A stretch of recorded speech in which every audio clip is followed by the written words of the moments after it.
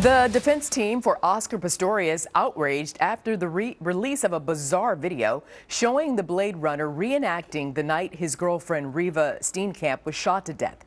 He begins standing in a corner without his prosthetics, pointing his hand like a gun. And later on, Pistorius puts on his prosthetics and carries a lifeless woman's body. Now, the circumstances as to why the video was shot and why it has not been shown in court is not clear. Pistorius is accused of murdering Steenkamp. He claims he shot her by accident. Philip Holloway, criminal defense attorney and former JAG attorney, and David Schwartz, defense attorney and former prosecutor. Good to see you both. Hello. Yeah, Philip, I want to start with you on this. Who or why would they release this video? Who did it and why? Well, my suspicion is that it may very well have come from the defense team. Clearly, they had to know it was made because it was Oscar Pistorius himself that you see in the video. So clearly they know that he did it. I think it was a mistake. I think that what it shows is that he was negligent at least in firing a gun 4 times behind a closed door, not knowing what his target was. As a former police officer, I can tell you that's not how you're supposed to use weaponry. And if it's deemed to be negligent by the court, that video could convict him.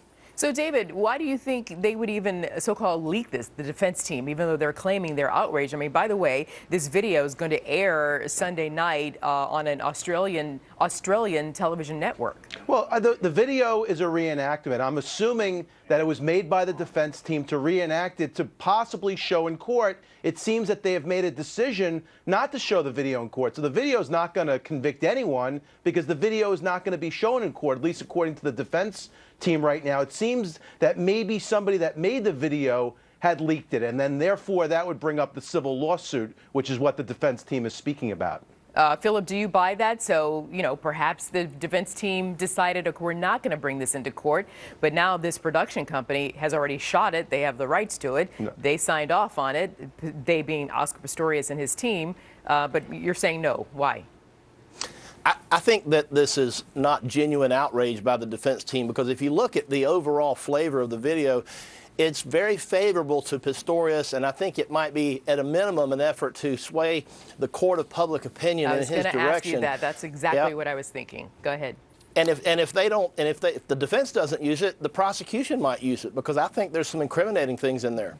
But David, can the prosecution get a hold of it? I understand that that television network had to pay for the video. No. I mean, if it's a defense video made in preparation for the defense of the case, the prosecution cannot use the defense video in this particular matter, and the video is irrelevant. The video would only be admitted into court is if it was showing a reenactment, like any other piece of evidence that's brought into court, showing it like a diagram. It's the equivalent of a diagram. So the bottom line is the defense has chosen, at least for court, not to bring it in. Whether so then or not why would they want it out in the public? And it's in Australia. It's not even South Africa. Well, they're saying they didn't. But it could be true that if they did leak the video, maybe they want to influence the court of public opinion. That's always a possibility. And what does that do? They don't make a decision. No, they don't. That's why I think the theory is unfounded. I believe what happened is the video must have been stolen in some way, and now it was. Now it's being produced in this documentary. I don't know. We're only surmising right now. I have no idea. Philip, let me go to the psych evaluation. It's dated June 27, 2014. That is released to the public. Once again, what's the motive behind releasing Oscar Pistorius' psych evaluation? Well, they want to show that he's experiencing post-traumatic stress disorder, things like that. But what is really the key is what was his state of mind at the time of the shooting. And this document tells us that he did not have this generalized anxiety disorder that had been talked about previously. The relevant moment in time is when those shots were fired, not how he's doing after the charges were filed, but what was in his state of mind at the time. So, Philip, again, you know, the judge is going to make the final call here. Why would this be released to the public? Well, it's just like all the other items of evidence. I think that they are being sort of leaked to the press. They are given to the press. They're being, there's really nothing that's being hidden.